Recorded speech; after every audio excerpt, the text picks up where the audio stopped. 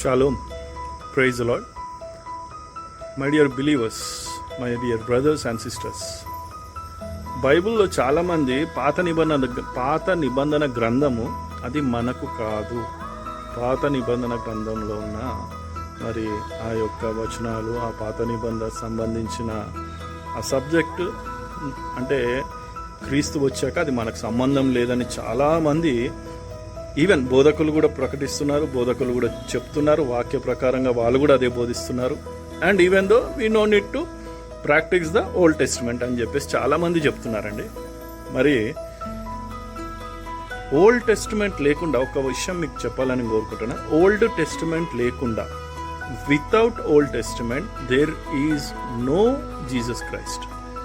Once again I will repeat, without old testament, పాత నిబంధన గ్రంథము లేకుండా యేసుక్రీస్తు లేడు. అర్థమవుతుందండి? యేసుక్రీస్తు ఉన్నాడు, వచ్చాడు అనంటే because of Old Testament.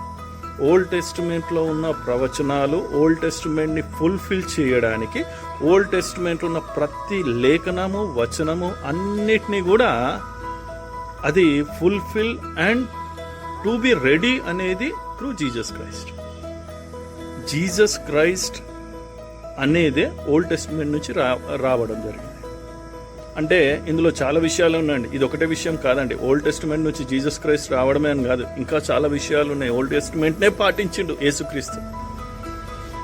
Old testament పాటించేద్దని ఎక్కడా కూడా నూతన నిబంధనలు లేదండి.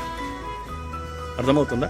ఓల్డ్ టెస్టిమెంట్నే దేవుడు అన్నిటినీ కోట్ చేయడం కూడా త్రూ ఓల్డ్ టెస్టిమెంట్ నుంచి దేవుడు అన్ని కోట్ చేశాడు. Every word, single word, whatever Jesus Christ spoke, he speak everything through the Old Testament.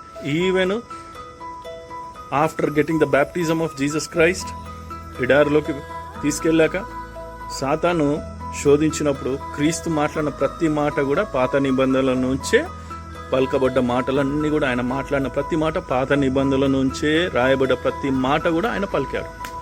కాబట్టి క్రీస్తు కూడా చెప్పలేదండి పాత నిబంధనను పాటించొద్దు, పాత నిబంధనను మరి దాన్ని మీరు చదవకూడదని కాదు.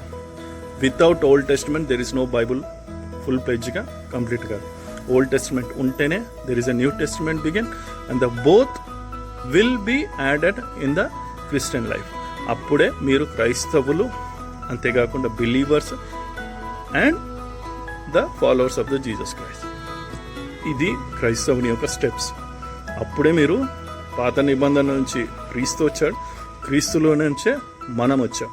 అంటే ఈ రెండు ఉంటేనే మనము క్రైస్తవులుగా పిలువబడుతున్నాం మన లైఫ్లో. అది లేకుండా మేము పాత నిబంధనకు మాకు సంబంధం లేదంటే you are not a Christian. Be careful. God bless you.